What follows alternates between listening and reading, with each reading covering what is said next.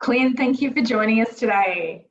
Thank you. Hello, everyone. It's great to be here.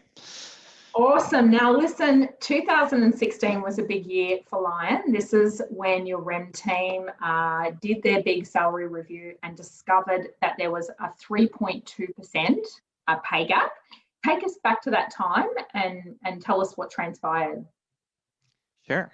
Look, before we even begin with that story, and I did want to say thank you so much for the opportunity to share Lion's story.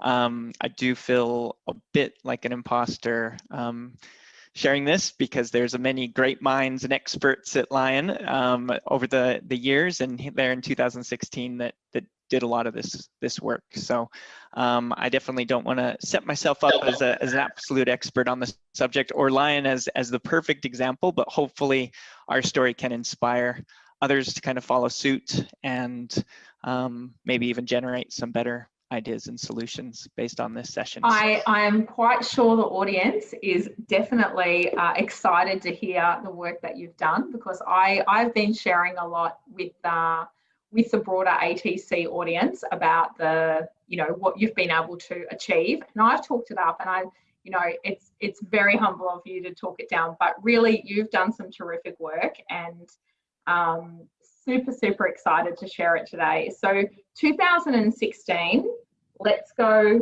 back to that time. Tell us what happens.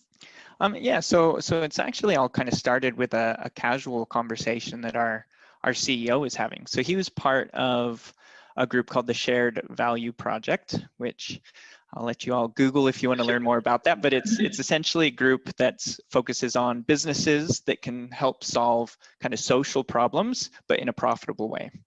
So it's kind of a cool back, and I think based on that, he's having a conversation around the gender pay gap, and someone he was talking to basically said, surely Lion has a gender pay gap as well. And he said, oh, surely not. We're a very inclusive organization. We promote based on merit. But actually I've never checked, so it's hard to say. So I think that kind of prompted the entire process. And he came back and asked one of our team to do a full review, and was actually a bit surprised or shocked to find that we did in fact have a pay gap, which was lower than the national average, which was good, but still existed. So yeah, sitting at 3.2%. So I think as soon as that was discovered, let's talk real money. Yeah. What does that equal in dollars? Yeah, so I guess that was equal at the time to about $6 million.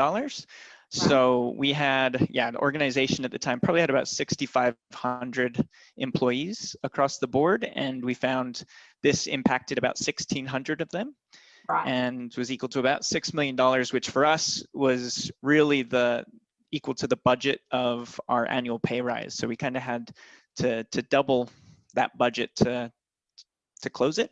To close it, right. So because you needed to kind of move forward with people who needed rises, as well as, to solve the gap for others. So basically you just doubled your budget that year. Was it as simple as that? We'll just double the budget? You look, I can't pretend to be in the room to have all the discussions, but I do understand there wasn't much debate. We knew at the time we needed to find a way to fund it. And so it was pretty clear, just based on our organization, that it was the right thing to do. And it was something that we put into action right away, and were able to close that. So the first thing we did really was make sure that we made that market rate adjustment across the board, and got things down to what our target is even today, which is to keep it plus minus 1%. Yes. Of course, after that, we put some measures in place to ensure it stays closed. So let's talk about those measures for a moment.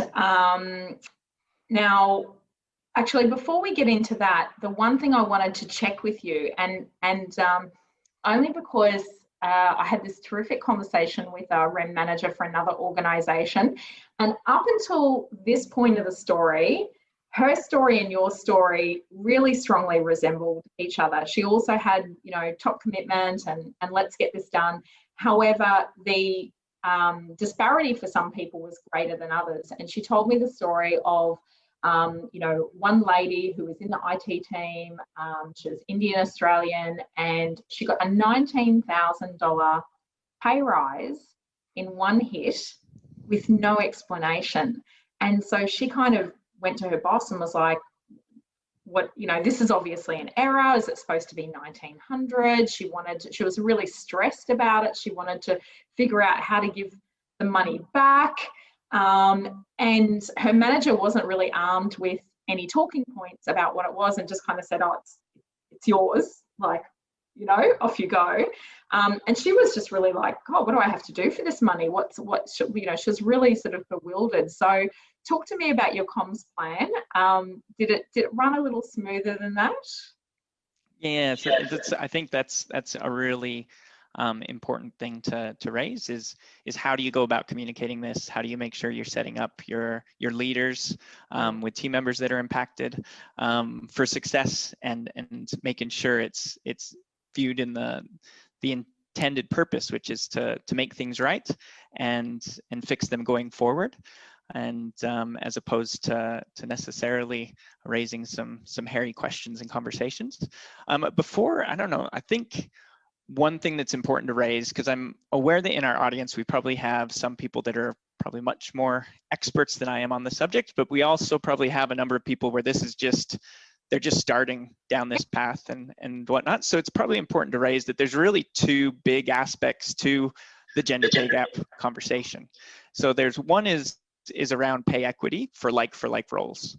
And that's kind of what we're talking about here of what we closed in 2016. When you look at like roles and make sure that people are being paid fairly, that to me is kind of table stakes. If you're gonna want to play in this arena, that needs to happen ASAP. And that's what we'll talk a little bit about around how did we communicate it, what did the business do, what did TA do.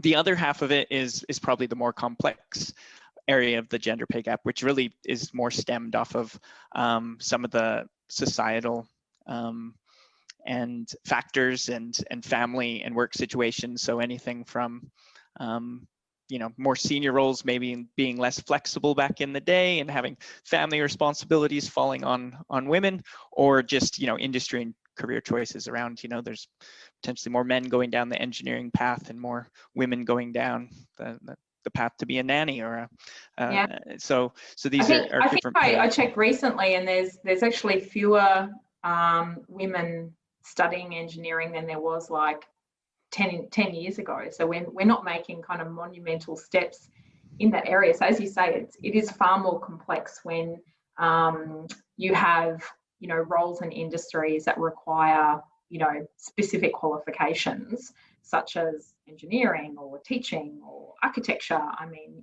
these are not transferable skill, you know, roles without the qualification. So touching on that for a moment, I mean, you know, share with us what kind of roles you have in your organisation where you're saying we really need to attract more women to these roles. Can you give us an example? Absolutely. So Lion is kind of a fully integrated supply chain business. So we do everything from land to hand, as you say. So from the manufacturing, distribution, sales, marketing, all the way through to, you know, we have some retail and hospitality venues. Yes, of mostly, you know, beer and adult beverages, as we like to call them, in the full range. So we've got the bulk of our roles sit in the manufacturing supply chain, and then our second largest workforce is in sales. Supply chain, obviously, hugely male dominated, most of the roles there. And sales, while there's actually more females in sales roles as a whole in Australia, being in the industry we are, and beer as our main product, we've tended to attract more male applicants over time. And so those are the two areas where we have the biggest challenges. Right. Okay. The business and the talent acquisition team have kind of played big roles in both cases, in terms of how do we, you know, keep the pay equity for like roles, keep that gap closed at the front door, and then there's also the efforts that we do to help, I guess, bring the population to more of a 50-50 split across the board. Terrific. And we'll circle back around that to the end. Now, I know there's a lot of people online today that really want to understand, what is it that the TA team then did next in terms of saying, well, what structure, what methodologies do we need? Because you close that gap, but with every hire you make, you've got the opportunity to open it back up again. So share a few of your strategies with us. Yeah, so I mean, well, Lion as a whole had to first, we put in some regular audits to make sure that once it was closed, it was going to stay closed. And the first year, I think we were doing it 3 times a year. As we began to find that it was closing smaller and smaller each year, and because we were analyzing the reasons behind it and trying to make sure they didn't happen again, we were able to take that down now to just an annual review. And big part of the process there was really getting Lion's talent acquisition team, my team, to look after and own the REM conversations. So that's all the conversations that we're having with the leader, with the candidate, all the way through to making the offer, is led by talent acquisition. So we felt like that was the big first step, because right. At the end of the day, you need to have someone that has that real capability around understanding REM and market data, understanding diversity and inclusion and the key, the challenges that lie there, and are able to manage that candidate experience as well, which are all key elements to making sure that offer is fair and equitable, and that gap's going to stay closed. I'm quite sure when we get to question time, our audience is going to have some questions for you about how did the hiring managers respond to having that pulled away from them. But let's keep going on the structure, because you've done a lot of work around your salary bands, and unlike some other salary bands I have come across in the marketplace that are $60,000-$70,000 kind of wide, you've got very specific bands, and you've got a process that you use around midpoint. Share with us your midpoint strategy. Sure. So I guess the idea behind REM ranges is obviously to use market data to benchmark roles where you're not going to get influenced by past people's historical salary data, that's one of the big watch outs here is if you're really basing offers or REM off of someone's past or current salary, you may just continue to perpetuate that salary or pay gap. So first off is really making sure you're getting external market data and benchmarking that accurately. And that's something our REM team does. They use different, Mercer and different salary guides and surveys out there to form those ranges. Within that, you form a midpoint on the role, which is kind of, every company will have a slightly different strategy in terms of where they want to position themselves in the market, whether right at 50th percentile or whether you want to be, attracting talent based on your salary, maybe higher than that. But once you've established that, you'd have all the midpoints sitting there, and then every band is going to, at Lion, will have a band sitting about 20% above and below that. Right. So to your point, Joe, I'm not going to say that we don't have some pretty big salary ranges. The more senior roles you get, 20% can be a pretty big swing. That's a lot. But at the end of the day, that's based on the necessity to be agile in attracting talent. As we all know, it's not perfect, and you can't have a million REM codes for every individual role out there.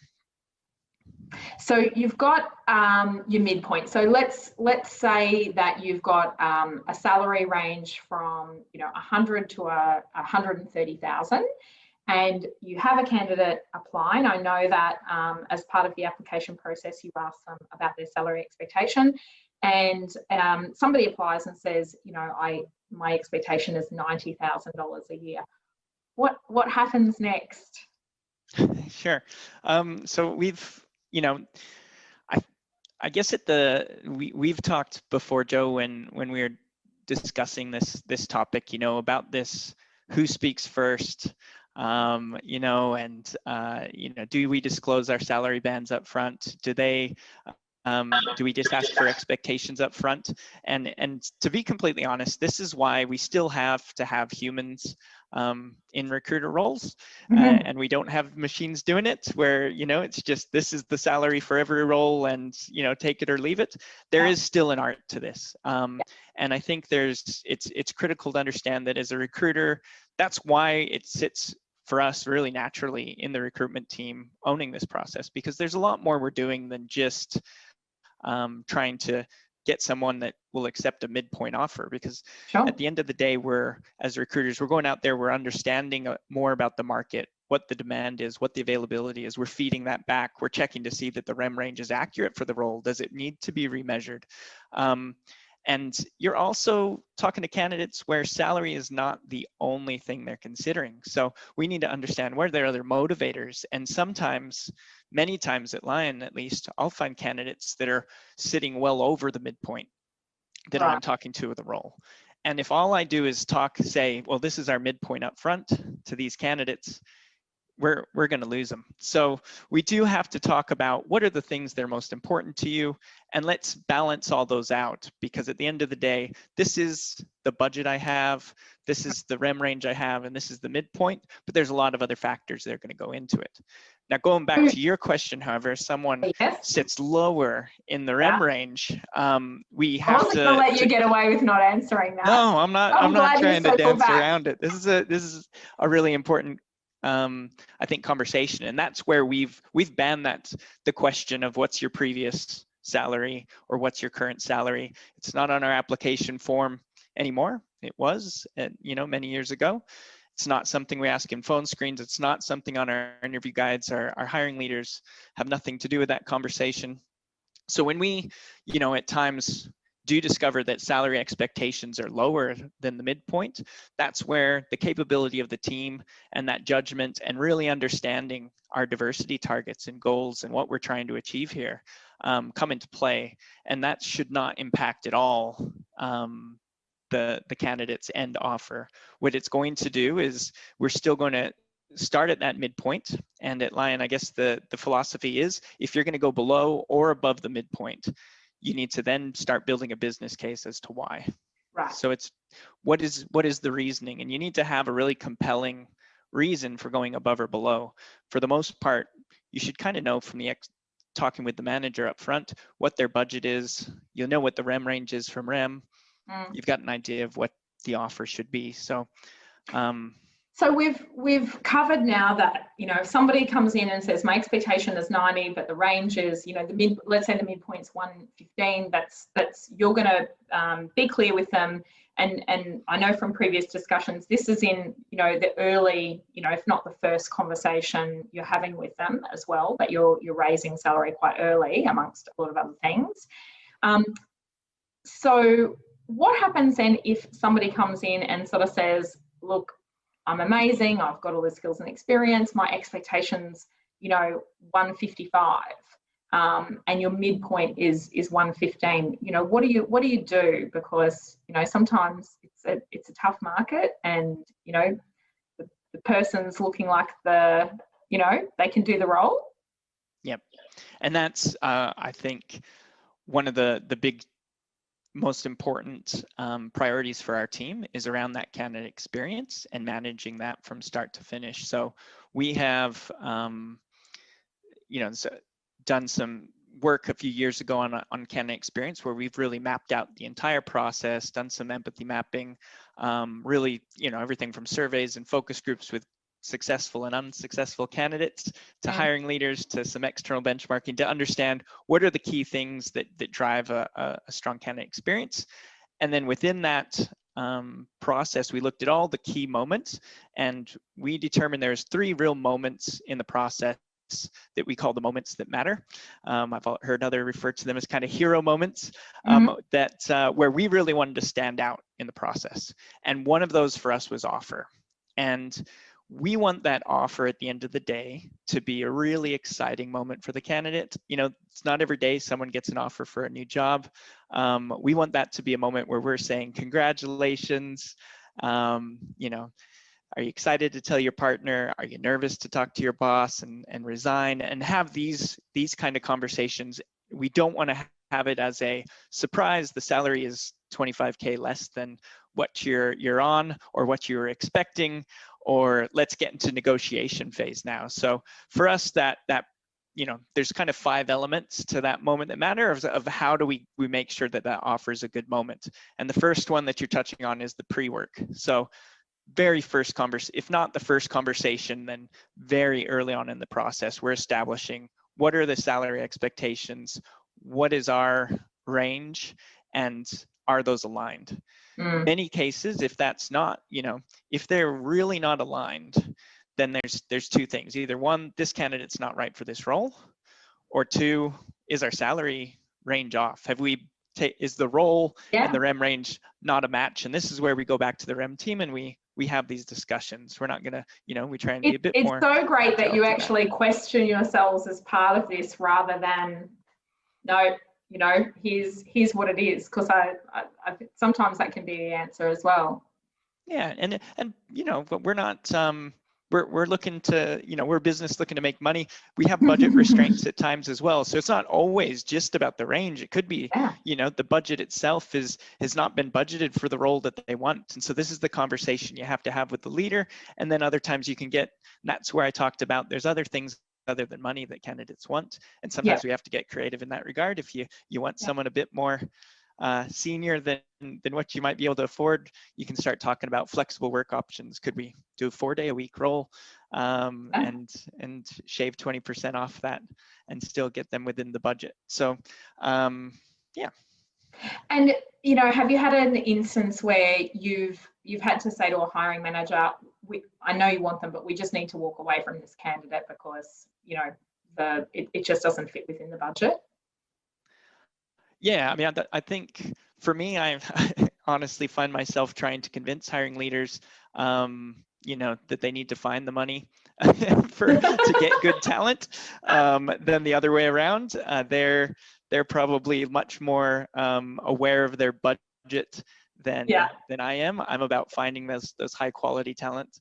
And if we find the right person, saying, if it's not this role, then where else can we create a role for them? These are the conversations I tend to end up having. But yeah, absolutely. There's some times where you're going to find candidates that are outside the range, and we just have to walk away.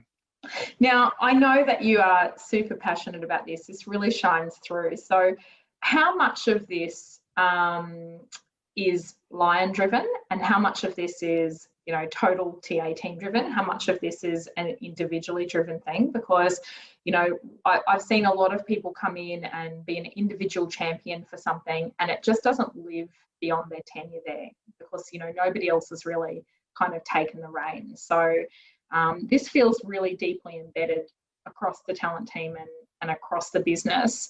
How much of it is individual purpose, and is that something you look for when you're hiring somebody new within your TA team? Sure. So, first of all, like I said, we're very lucky to have a CEO that really has some passion in this space around some of these different social issues. You find that Lion does a huge amount in sustainability in all different areas, whether it's societal issues, environment, climate. So he's very supportive, and I think it's important that it starts from the top there. We've also got a long history of our values being a very value-based organization. We have one of our values from as long as I've joined is do the right thing for the long term. One of our values right now is welcome difference and stand for fairness. And that's something that the whole organization knows and lives and breathes. Within, beyond that, you have to invest. So Lion set some really bold targets. We've had a target for a while where we've been aiming for a 50-50 gender split across the organization. But just this year, we've dug a little bit further and discovered that, or I guess reflected and realized that if you really want the value of diversity and get that diversity of thought and innovation that comes with it, you can't just have a 50-50 gender split where you have an all males in supply chain, all females in marketing, all females in HR, and that balances it out. Mm-hmm. What you need to have is diverse teams. So we've taken that step further and set some really big, bold goals around having a 40-40-20 split across all teams in the organization of 5 or more. So that means essentially 40% of every team needs to be that minority gender. So that means in people and culture at Lion, for example, we're heavily weighted female. So we've looked at the teams and had to start balancing that out with bringing more males into the people and culture teams. Obviously, our biggest challenges still sit within supply chain and IT, which I'm sure rings true to many other organization and industries, where the balance of the market makes it very hard, and we're competing hard for that talent. So we're having to get a lot more creative in those areas of how do we attract and promote females within supply chain, for example. Terrific. Well, I think the audience are really, going to be chomping at the bit to ask some questions. So I think just remind me. So the values are: do the right thing for the long term, invite difference, or welcome difference, and stand for fairness. And stand for fairness. And it makes it really feel like all of your decisions will be quite obvious on what to do next when they all connect with those three overarching things. So that's terrific. Let's head over to the audience for question time. Exciting. Okay, team. Well, it is time for your questions. So, Clint, the first question I have for you is, you mentioned moments that matter, and we talked about one of them. Can you just share with everyone the full three? Sure. I think the candidate experience work that we did here is something that I got heavily involved in leading a few years ago. So you'll probably see a noticeable rise in excitement every time that I get to talk about them, and we'll talk about them all day long. So something I'm very passionate about. So we actually had we have 4 guiding principles that we put in place in terms of candidate experience. And if you get on our careers site, there's a few videos that we talk about to candidates about how those apply to the process. And those kind of underlie everything we do, which I think are really important, and they underline these 3 moments that matter as well. So kind of have our guiding principles, and then we went ahead and identified the 3 moments in the recruitment process that we think are those hero moments, that moments that really we want to stand out compared to other talent acquisition processes, giving away some of our secrets here. And so the first one is what we call the first impression, and that's really that first human contact they have. So we have a very unique culture at Lion around sociability, around having a lot of fun along with the work that you do, and a high achievement culture. So we want them to feel that from the very first interaction they have with our team. So hopefully they're sensing it through all our branding materials on LinkedIn and our job ads with the language that we use. But that very first impression with chatting with someone in our talent acquisition team, we want them to feel the passion we have and really sense that fun culture. So that's important to us. The second one is feedback, which sounds very generic, but for us, we think that's a real difference in a recruitment process. If you feel that you've got some really valuable, authentic feedback from us.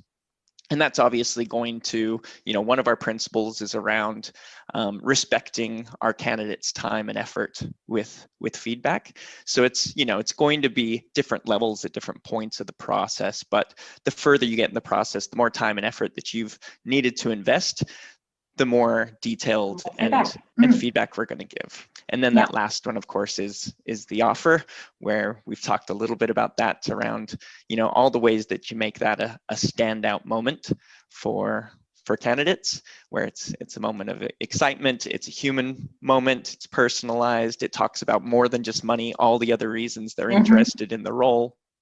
And it's a congratulations moment. So those are the kind of 3 standout moments for us in our process, hopefully. It seems just so obvious and natural when you say it out loud, yet it's not always applied. And I think whether people are reviewing their own practices or their own experiences as a candidate, I think we've all had a time where we felt like, gee, those things have not been applied that way.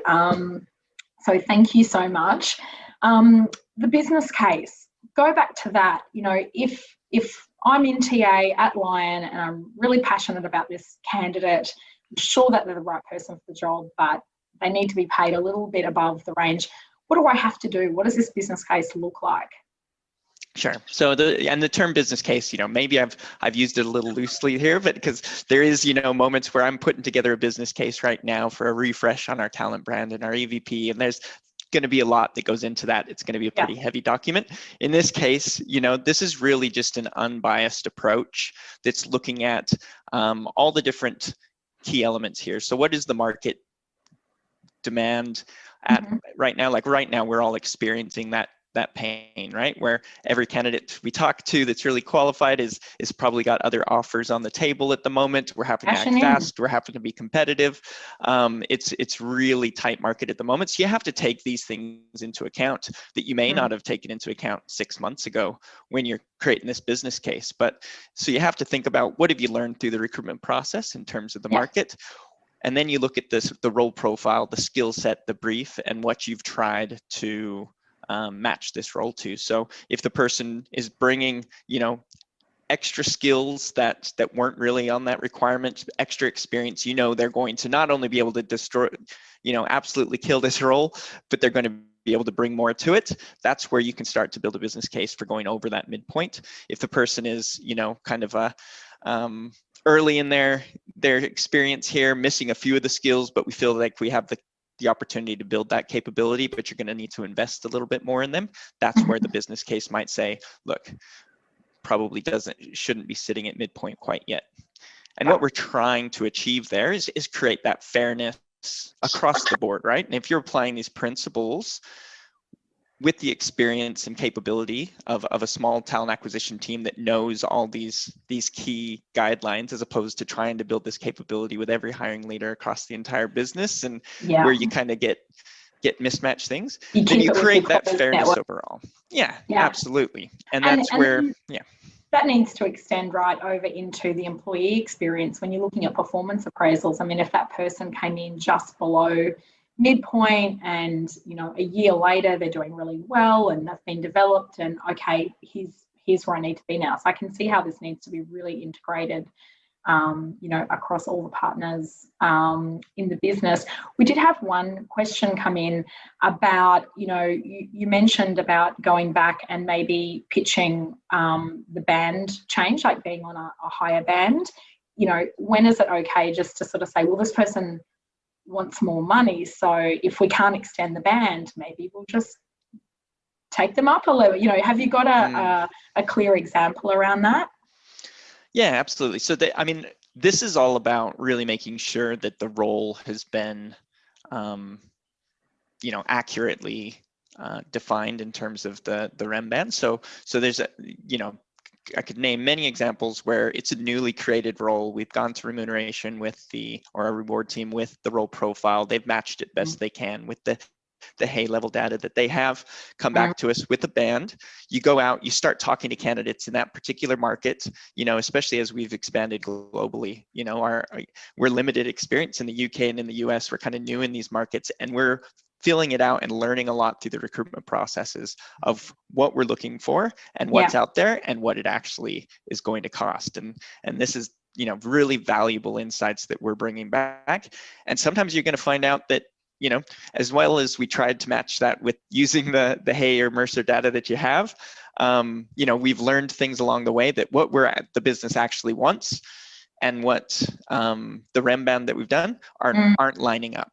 And so then you have to go back to your hiring leader and your REM team and get everyone in the room and say, like, there's two options here. Either A, you need to bring your expectations back to what this REM range is, or B, we need to come to the agreement that what you're after is actually a different role than what maybe the role profile indicated. So we need to add a bit to it. Now we've gone to market and tested it.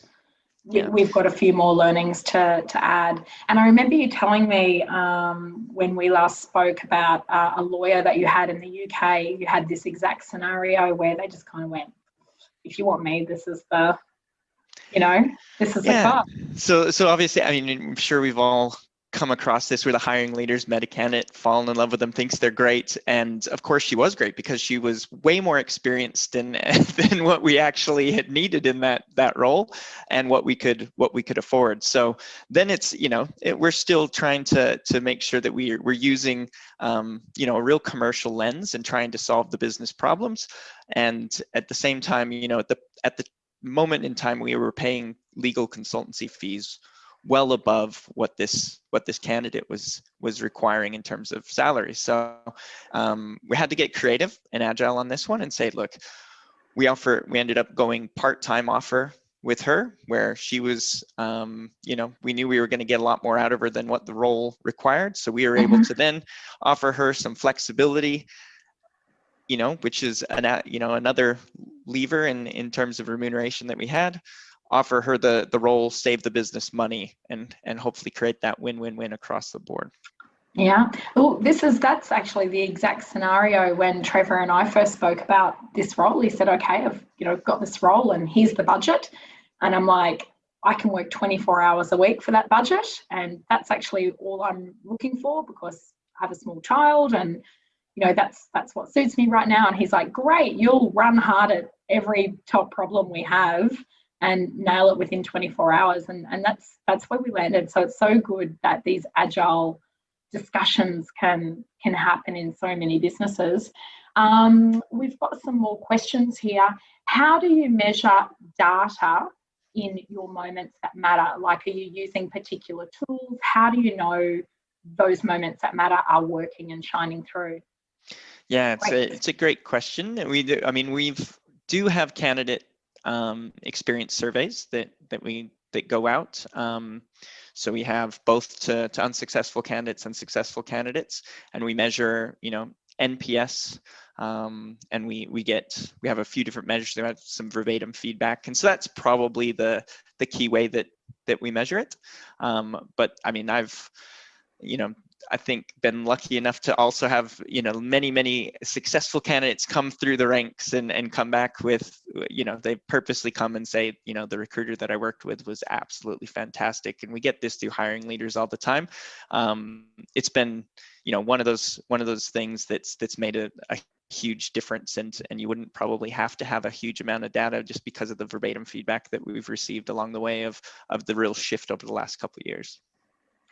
And there's one that's just popped in here. So how does we talked about the gender split. So you've got your 40-40-20 target. So, trying to introduce more men into HR and more women into supply chain. How does that then impact the best person for the role when it comes to that kind of split? Are you, specifically going out there and saying, we're trying to welcome more men to HR and more women to supply chain, or you're getting mixed feedback? Yeah, good question. And so if anyone out there has solved the problem with hiring, 50-50 gender diversity into supply chain, let me know, because that's something we're still working with. We have a lot of really great minds working on it, and we have started really with a lot of different experiments. Some have worked, some haven't. At the moment, we've kind of got to turn the corner on having some really bold targets here that are talking about these 50-50 shortlists, 50-50 interview panels, to really drive that 40-40-20 into supply chain.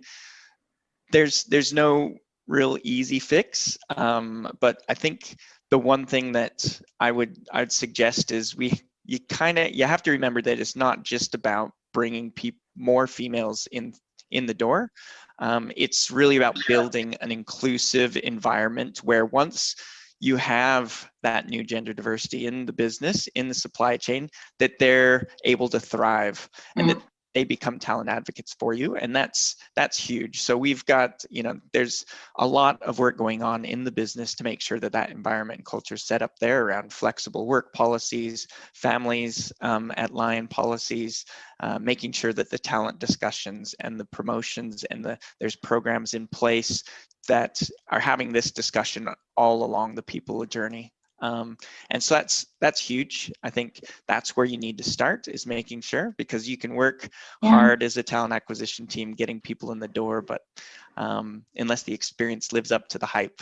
And you yourself are on some parental leave, or are you working part-time? Yep. So I'm taking advantage of the family as at Lion policy, doing primary cares leave at the moment, and just working 2 days a week, focusing on just one project. And yeah, it's a great example of kind of how they're trying to help balance out that kind of those societal gender norms. Well, we appreciate you making one of those work days today. I'm so happy that we could share your terrific story, and I know you're going to continue to do more wonderful work in this area, and maybe even come back next year and talk about what you've been doing since.